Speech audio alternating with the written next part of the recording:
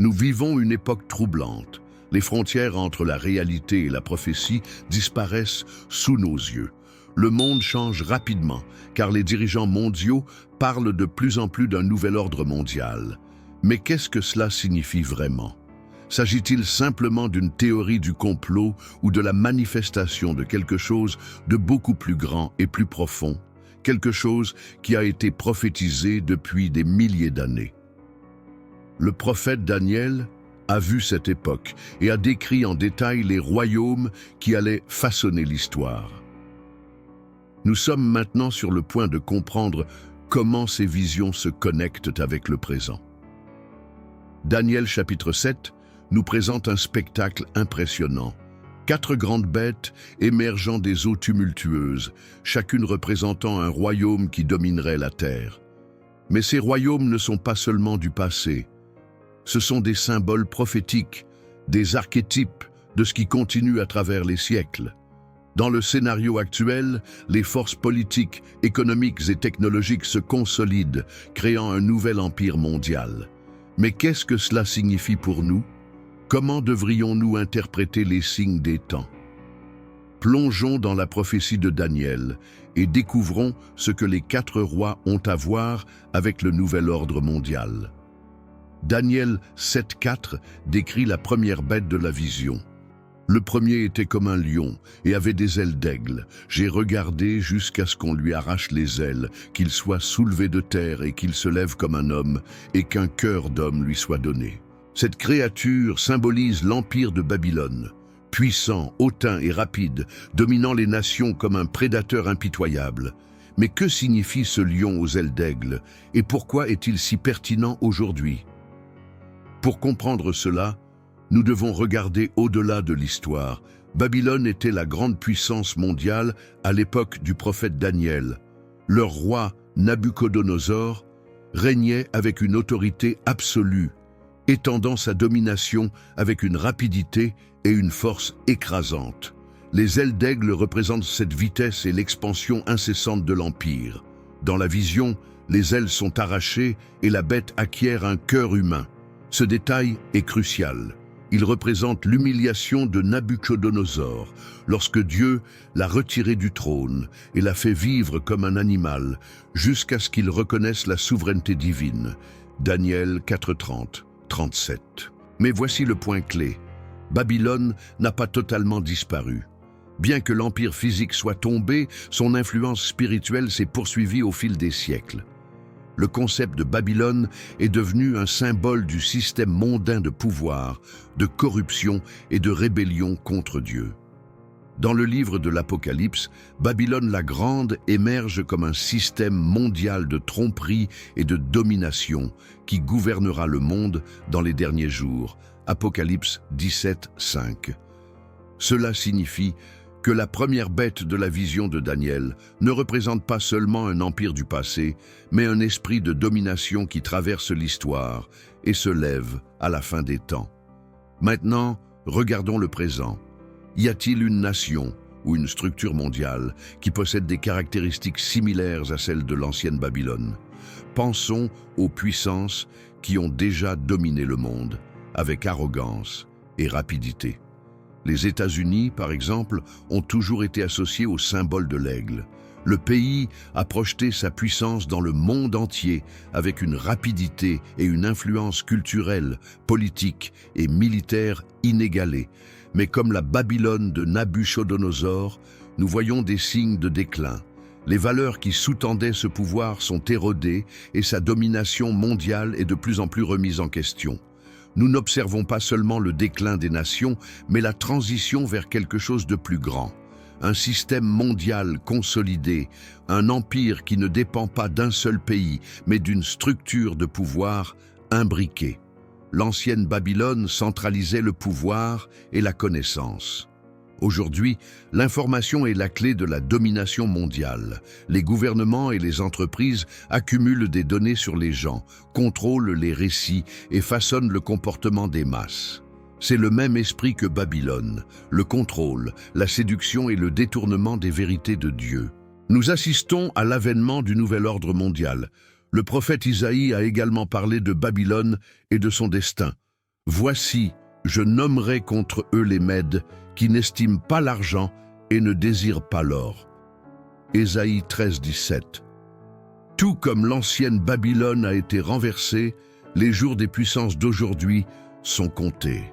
Mais avant cela, nous verrons des changements drastiques.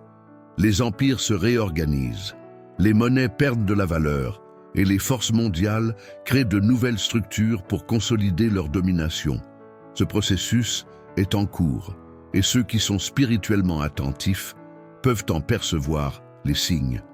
La transformation du lion avec des ailes, en être élevé sur des pieds avec un cœur humain nous rappelle quelque chose d'essentiel. La puissance mondiale peut être renversée et transformée par Dieu. Nebuchadnezzar a dû être humilié avant de reconnaître que le Très-Haut a la domination sur le royaume des hommes et le donne à qui il veut. Daniel 4, 25. C'est un avertissement pour les nations et les dirigeants actuels. Peu importe à quel point ils essaient de consolider leur domination, il y a une limite fixée par Dieu. Le nouvel ordre mondial est peut-être en train de se former, mais il n'aura pas le dernier mot.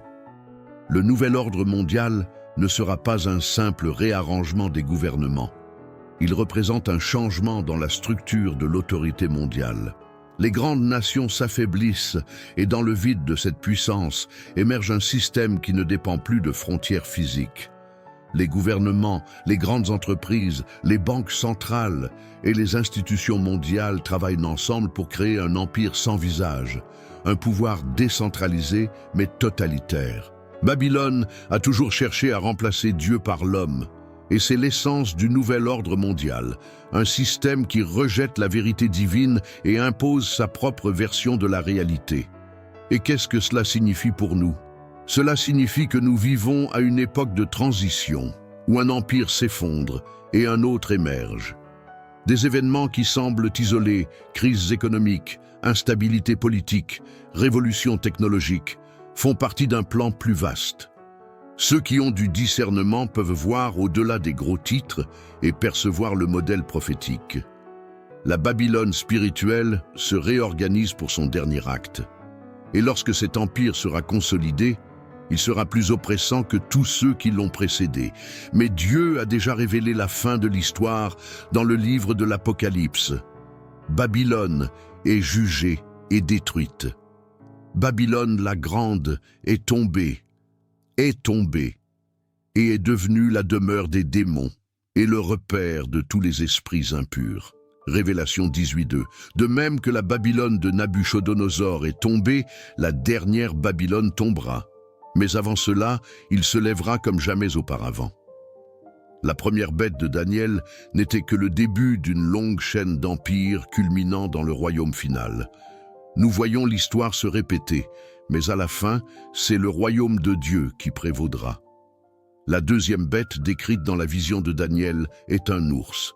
Daniel 7.5 dit « Je continuais à regarder, et voici la seconde bête semblable à un ours, qui se dressait sur ses flancs et qui avait 3 côtes entre les dents dans sa gueule. Et il lui fut dit « Lève-toi, dévore beaucoup de chair. » Cette image est puissante et terrifiante. L'ours n'a pas la vitesse et la grandeur du lion, mais sa force brute est écrasante. Il n'agit pas avec agilité, mais avec un progrès implacable et destructeur. Tout comme la première bête représentait Babylone, cet ours symbolise l'empire médien-perse et nous donne des indices sur ce qui se passe dans le scénario mondial actuel. Le détail que l'ours s'est tenu sur ses côtés est significatif. L'empire médien-perse était composé de 2 nations, les Mèdes et les Perses. Cependant, les Perses ont fini par dominer et sont devenus plus forts. C'est pourquoi l'ours est décrit comme penché d'un côté. La même chose se produit aujourd'hui. Des alliances de pouvoir se forment, mais une force s'impose toujours aux autres. Nous le voyons dans des blocs comme la Chine et la Russie, où l'un des camps est le plus influent, ou même dans l'Union européenne, où certains pays dominent politiquement les autres. Autre détail choquant, l'ours a 3 côtes dans la gueule. Que cela signifie-t-il? De nombreux érudits pensent que ces côtes représentent 3 grands royaumes conquis par l'empire médien-perse, Babylone, la Lydie et l'Égypte. Mais il y a un symbolisme plus profond. Il dévore, consomme, se nourrit de destruction. L'ours ne se contente pas de dominer. Il se soutient littéralement avec ce qu'il a dévoré. Aujourd'hui, nous pouvons voir des parallèles directs avec les puissances émergentes qui étendent leur pouvoir par la destruction économique et l'absorption de territoires. Les grands empires de l'histoire se sont toujours nourris d'autres empires. La domination de la Grèce n'a été possible que parce que la Perse a été vaincue. Rome a émergé parce que la Grèce s'est affaiblie. L'Occident actuel a prospéré parce qu'il a exploité et consommé les ressources de différentes nations au cours des siècles. Mais maintenant, un nouvel ours se lève et il suit le même schéma. Des nations comme la Chine, la Russie et même des alliances mondiales comme les BRICS consolident agressivement leur pouvoir, engloutissent les marchés, achètent des terres, prennent le contrôle d'industries stratégiques. Il y a un ordre caché derrière ces changements, sans aucun doute.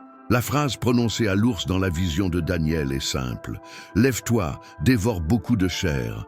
Il n'agit pas de son propre chef, il reçoit l'ordre d'avancer. Cela indique que derrière les grands empires, il y a des forces invisibles qui font bouger les événements de l'histoire. Daniel n'a vu que le côté physique, mais la Bible nous enseigne qu'il y a un système spirituel qui fonctionne derrière les nations. Les Écritures parlent de princes spirituels régnant sur les royaumes de la terre. Daniel 10, 13 et 20. Tout comme la Perse avait une entité spirituelle derrière elle, les empires modernes sont également influencés par le même type de pouvoir. Le nouvel ordre mondial ne s'élèvera pas d'un seul coup.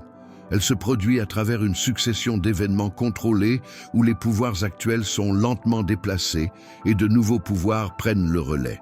L'ours de Daniel représente ce changement brutal, une puissance qui dévore sans pitié, qui grandit non seulement par l'influence politique, mais aussi par la destruction calculée d'autres systèmes.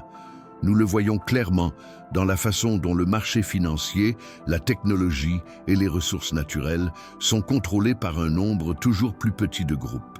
La structure de l'économie mondiale est à l'aube d'une transformation radicale. Les monnaies traditionnelles sont remises en question et les pays cherchent des alternatives au système financier occidental. Certains pensent qu'une monnaie numérique mondiale est en route. La première bête de Daniel, Babylone, dominée par la culture et l'information. La deuxième bête, l'ours, domine par la force et la puissance. Le nouvel ordre mondial a besoin d'un système qui centralise le pouvoir et détruit les anciennes fondations financières, ouvrant ainsi la voie à un nouveau gouvernement mondial. À l'époque de Daniel, personne n'imaginait que Babylone tomberait si vite et que la Perse prendrait le relais. Mais c'est arrivé quand même. Beaucoup aujourd'hui ne peuvent pas voir qu'un empire s'affaiblit et que d'autres nations se préparent à assumer le rôle dominant dans le monde. Le modèle prophétique se répète et tout comme la Perse a été l'instrument de la fin de Babylone, il y aura une force qui remplacera les puissances mondiales actuelles et établira une nouvelle phase de l'histoire. Mais cette transition ne se fera pas pacifiquement. L'ours dévore beaucoup de viande. L'empire perse-mède ne s'est pas développé avec la diplomatie, mais avec la domination et des stratégies brutales. On peut s'attendre à des temps difficiles au fur et à mesure que ce nouveau système se consolide. Guerres économiques, crises énergétiques, possibles conflits militaires. Ce sont tous des signes de l'ascension de l'ours prophétique. Le nouvel ordre mondial n'émergera pas par consensus, mais par l'effondrement contrôlé des anciens systèmes, faisant place à la prochaine phase de gouvernement mondial. L'ours représente la force brute et la domination impitoyable. Lorsque la Perse a conquis Babylone, les Juifs ont été libérés de la captivité. Cela montre que même au milieu d'empires oppressifs, Dieu fait bouger l'histoire pour accomplir ses desseins. De même, à mesure que le nouvel ordre mondial progresse, les serviteurs de Dieu doivent rester fermes avec un discernement spirituel, sachant que la prophétie s'accomplit. L'ours n'est qu'une étape de la transition. Le pire est encore à venir, mais Dieu a déjà révélé le résultat final. Daniel 7,6 nous présente la troisième bête. Après cela, je continuai à regarder, et voici un autre semblable à un léopard, et avait sur le dos 4 ailes d'oiseau. Et cette bête avait 4 têtes, et on lui a donné la domination. Ici, la situation change complètement. Si l'ours représentait la domination brutale et lente, le léopard représente la vitesse et la stratégie. Cet animal n'attaque pas avec la force brute, mais avec précision et une vitesse fulgurante. Historiquement, il symbolise l'empire d'Alexandre le Grand qui a conquis le monde connu en un temps record. Mais que signifie cette bête dans le contexte du nouvel ordre mondial? L'empire d'Alexandre était différent de Babylone et de la Perse. Il a non seulement dominé les territoires, mais a imposé sa culture et ses valeurs aux peuples conquis. Ce processus est devenu connu sous le nom d'hellénisation, une stratégie de transformation idéologique. Alexandre ne voulait pas seulement conquérir, il voulait réformer les mentalités, changer les langues, introduire de nouvelles croyances et créer un monde unifié sous son règne. Voyez-vous comment cela s'inscrit parfaitement dans le modèle du nouvel ordre mondial? Il ne suffit pas de contrôler les gouvernements et les économies, il est nécessaire de changer les mentalités. La description du léopard à 4 ailes indique une vitesse extrême. Cela reflète la rapidité avec laquelle Alexandre a pris le pouvoir et façonné le monde. Aujourd'hui, la domination mondiale se produit beaucoup plus rapidement qu'auparavant, avec les progrès de la technologie et de l'intelligence artificielle. Des décisions qui auraient autrefois pris des années sont maintenant mises en œuvre en quelques semaines ou en quelques jours. Le monde change à une vitesse effrayante. Les gens ne se rendent pas compte qu'ils sont lentement conditionnés à accepter un nouveau système. Les 4 têtes du léopard représentent la division de l'empire d'Alexandre entre ses 4 généraux après sa mort: Cassandre, Lysimaque, Ptolémée et Séleucus. Cela nous apprend quelque chose d'important. Le pouvoir peut sembler centralisé au début, mais il finit par diviser et s'étendre. Aujourd'hui, nous assistons à l'avènement d'une puissance. Le nouvel ordre mondial ne sera pas un empire unique comme Rome ou Babylone, mais un système composé de plusieurs entités interconnectées, grandes entreprises, gouvernements, organisations mondiales, tous travaillant ensemble, sans un seul leader visible.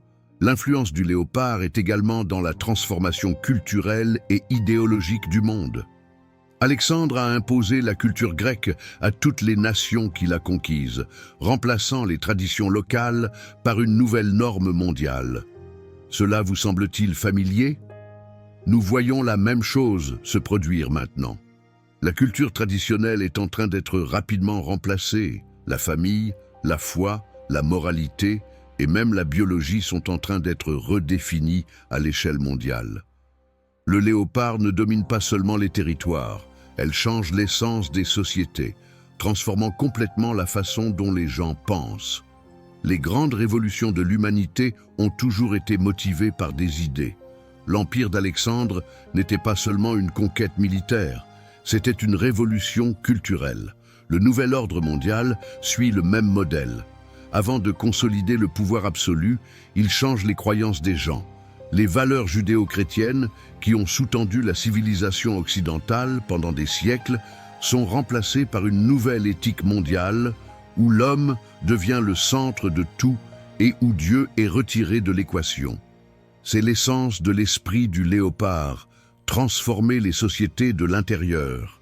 Le contrôle de l'esprit et du comportement n'a jamais été aussi sophistiqué qu'aujourd'hui. Si Alexandre avait besoin d'armées pour imposer sa culture, aujourd'hui la guerre est menée par les médias, le divertissement, l'éducation et la technologie. Le monde est en train d'être reprogrammé pour accepter un gouvernement mondial. Ce domaine est subtil et stratégique.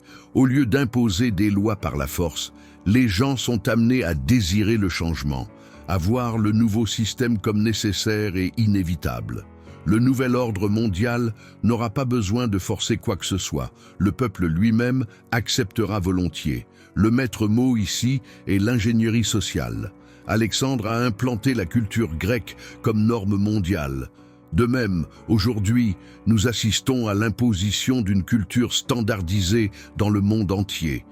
Les différences entre les pays disparaissent, la même mentalité domine toutes les nations. La mondialisation culturelle n'est pas naturelle, c'est prévu. Le système veut un monde homogène où tout le monde pense de la même manière. C'est le vrai pouvoir du léopard. Il n'a pas besoin de forcer. Il séduit, il convainc, il transforme en silence. Mais pourquoi est-ce important? Parce que ce modèle est préparatoire au royaume final, celui décrit dans Daniel 7:7, la 4e bête, le léopard. Il ouvre la voie, fait tomber les barrières culturelles et religieuses, de sorte que lorsque le nouvel ordre mondial sera pleinement établi, il n'y aura pas de résistance significative. Un gouvernement mondial a besoin d'un peuple aligné à l'échelle mondiale, et la phase léopard est précisément celle-ci. Éliminer les différences, effacer les identités et transformer les mentalités. Et que pouvons-nous faire face à cela? La réponse se trouve dans la parole de Dieu. Tout comme Alexandre voulait imposer un système unique, Dieu a aussi un royaume qui sera établi. Mais la différence est que le royaume de Dieu n'est pas imposé par la force, elle est offerte par la foi. Nous vivons à l'époque du léopard, une époque de transformation accélérée, où les gens sont façonnés pour accepter ce qui est à venir. Mais ceux qui connaissent les Écritures ne sont pas trompés, parce qu'ils savent qu'après le léopard vient la bête finale et ensuite le jugement de Dieu. Nous arrivons maintenant à la partie la plus sombre de la vision de Daniel. Daniel 7:7 décrit la 4e bête avec des détails effrayants. Après cela, je continuais à regarder dans les visions de la nuit, et voici la 4e bête terrible et très forte, qui avait de grandes dents de fer. Il dévorait, déchirait et piétinait ce qui restait, et il était différent de tous les animaux qui l'avaient précédé. Et il avait 10 cornes. Cette bête ne ressemble à aucun animal connu. Ce n'est ni un lion, ni un ours, ni un léopard. C'est un monstre terrible, destructeur et insatiable, quelque chose de jamais vu auparavant. Et surtout, cette bête représente le dernier grand empire sur Terre. Si nous regardons l'histoire, nous voyons que chaque empire a été plus brutal que le précédent. Babylone régnait par le luxe et la force. La Perse, conquise par la taille et la puissance militaire. La Grèce a gagné par la culture et la vitesse. Mais ce dernier domaine est différent. Il ne se contente pas de dominer. Il dévore tout et le détruit complètement. La prophétie fait état d'un empire mondial sans précédent dans l'histoire. L'Empire romain en était un prototype, mais le véritable accomplissement sera quelque chose de beaucoup plus grand et plus terrifiant. Le détail le plus intrigant de cette bête est les dents en fer. Le fer représente une domination impitoyable, une technologie de pointe et une force pure. Ce que nous voyons aujourd'hui, c'est un monde qui est de plus en plus contrôlé par la technologie. Les gouvernements n'ont plus besoin d'utiliser des armées pour dominer. Il suffit de contrôler l'information, l'argent et les systèmes numériques. Le nouvel ordre mondial n'aura pas besoin de chars et de bombes pour imposer le système. Le système sera si puissant et si complet que personne ne pourra y échapper. Daniel nous dit aussi que cette bête avait 10 cornes. Ces cornes représentent des rois, des dirigeants ou des structures de pouvoir qui seront en charge de cet empire final. Daniel 7:2 le dit clairement. Les cornes signifient ces mêmes 10 rois. Et après eux, il s'élèvera un autre, qui sera différent du premier, et qui massacrera 3 rois. C'est-à-dire que ce système sera composé de plusieurs dirigeants. Mais à partir d'eux, il se démarquera et prendra le contrôle absolu. Beaucoup croient que cela représente la venue de l'Antéchrist, qui émergera de cet empire mondial. Et voici le point de basculement. Le nouvel ordre mondial ne sera pas seulement un système politique ou économique, ce sera un système de culte. Apocalypse 13 décrit la bête de la fin des temps comme un gouvernement qui exige une adoration totale. Ce sera un empire mondial qui contrôlera non seulement les corps, mais aussi les âmes. La technologie, l'économie, les lois et la culture seront alignés pour imposer un nouveau type de foi, une foi qui rejette Dieu et exalte l'homme. Mais comment cela sera-t-il possible? La réponse réside dans le contrôle total de la société. Aujourd'hui, nous en voyons déjà les premiers signes.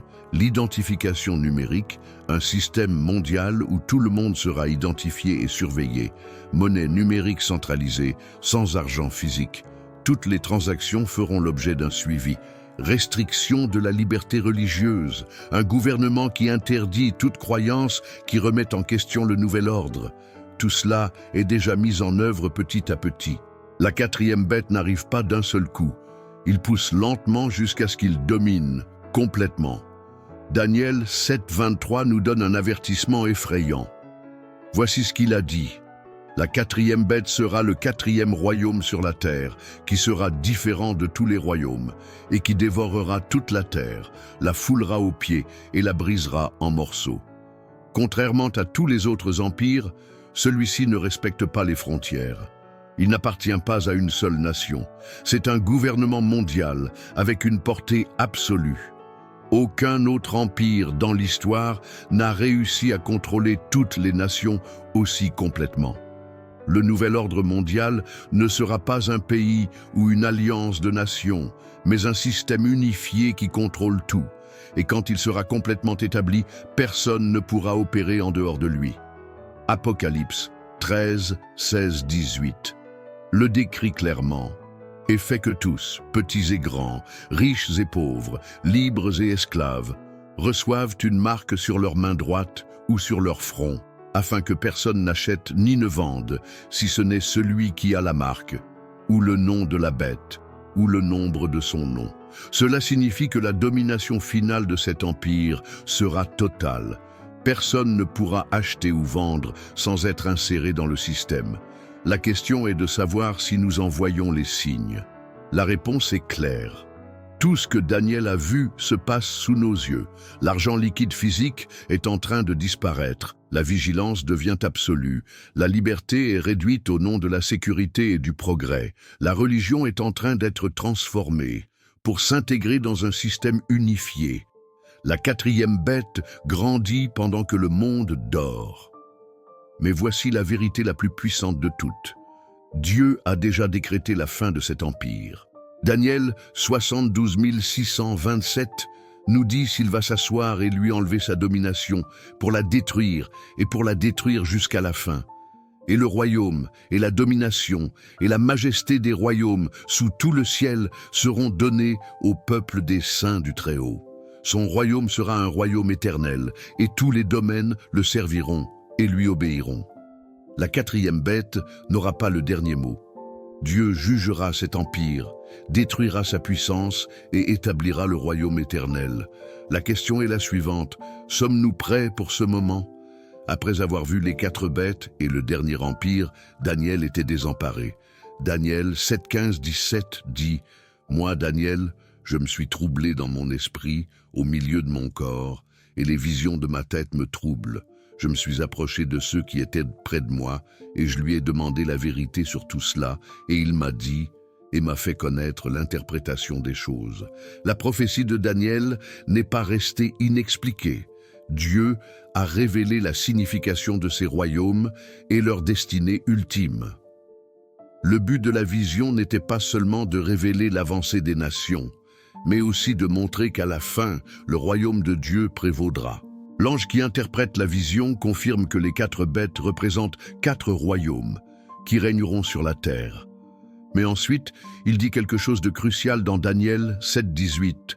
« Mais les saints du Très-Haut recevront le royaume et posséderont le royaume pour toujours et à jamais et d'éternité en éternité. » Cela signifie que l'histoire ne se terminera pas avec la domination de la quatrième bête. Dieu a fixé du temps pour chaque empire, et lorsque la dernière phase de ce gouvernement mondial sera achevée, le royaume de Dieu sera établi et ne sera jamais détruit. Les règnes humains ont toujours eu un cycle, l'ascension, la gloire, la décadence et la chute. Babylone est tombée, la Perse est tombée, la Grèce est tombée, Rome est tombée. Tout comme ces empires ont disparu, le règne du nouvel ordre mondial prendra également fin. Mais le royaume de Dieu ne sera pas comme les royaumes de la terre.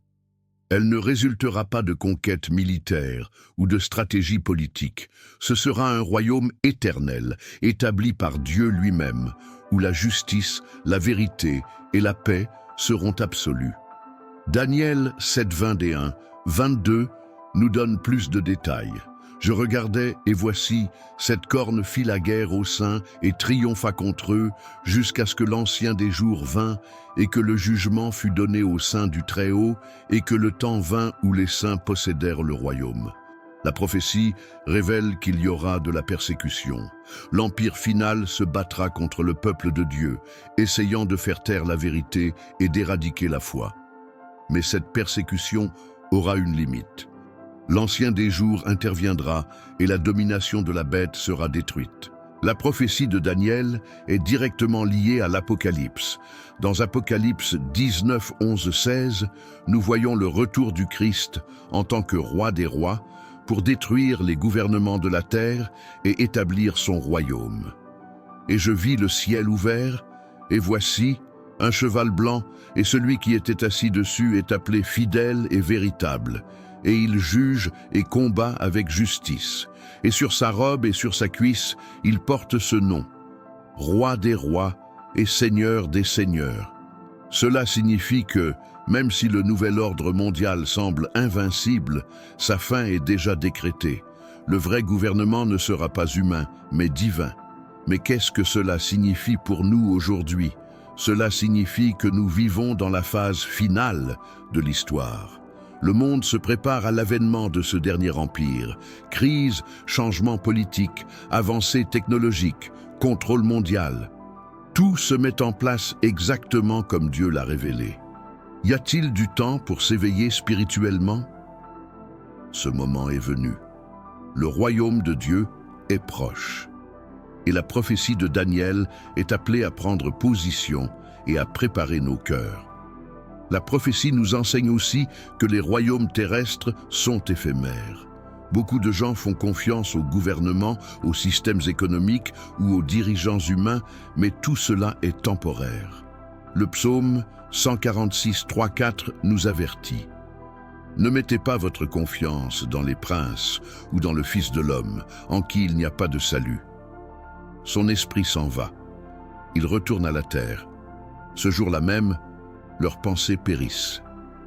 Cela signifie qu'aucun gouvernement humain ne sera la solution finale aux problèmes du monde.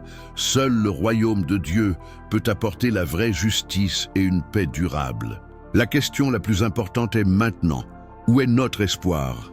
Si tout ce qui a été prophétisé s'accomplit, nous devons nous demander, sommes-nous prêts pour le royaume de Dieu? Jésus a clairement indiqué que son royaume n'est pas de ce monde. Jean 18, 36. Il nous a appelés à être des citoyens du royaume céleste, à vivre par la foi et non par la peur. Alors que le monde désespère de l'effondrement des systèmes terrestres, nous faisons confiance au règne éternel du Christ. Le livre de Daniel se termine par une promesse puissante. Daniel 12, 1, 3 parle du jour où les justes seront récompensés. C'est en ce temps-là que se lèvera le grand prince Michel, qui se lève pour les enfants de ton peuple. Il y aura un temps de trouble, comme il n'y en a pas eu depuis qu'il y a une nation, jusqu'à ce moment-là. Mais en ce temps-là, ton peuple sera délivré, celui qui sera trouvé écrit dans le livre. Et beaucoup de ceux qui dorment dans la poussière de la terre ressusciteront, les uns pour la vie éternelle, les autres pour la honte et le mépris éternel.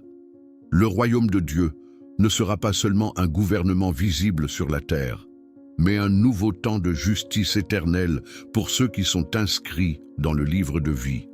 La prophétie de Daniel n'est pas seulement un récit du passé ou un avertissement de l'avenir. C'est une invitation à vivre par la foi dans le présent.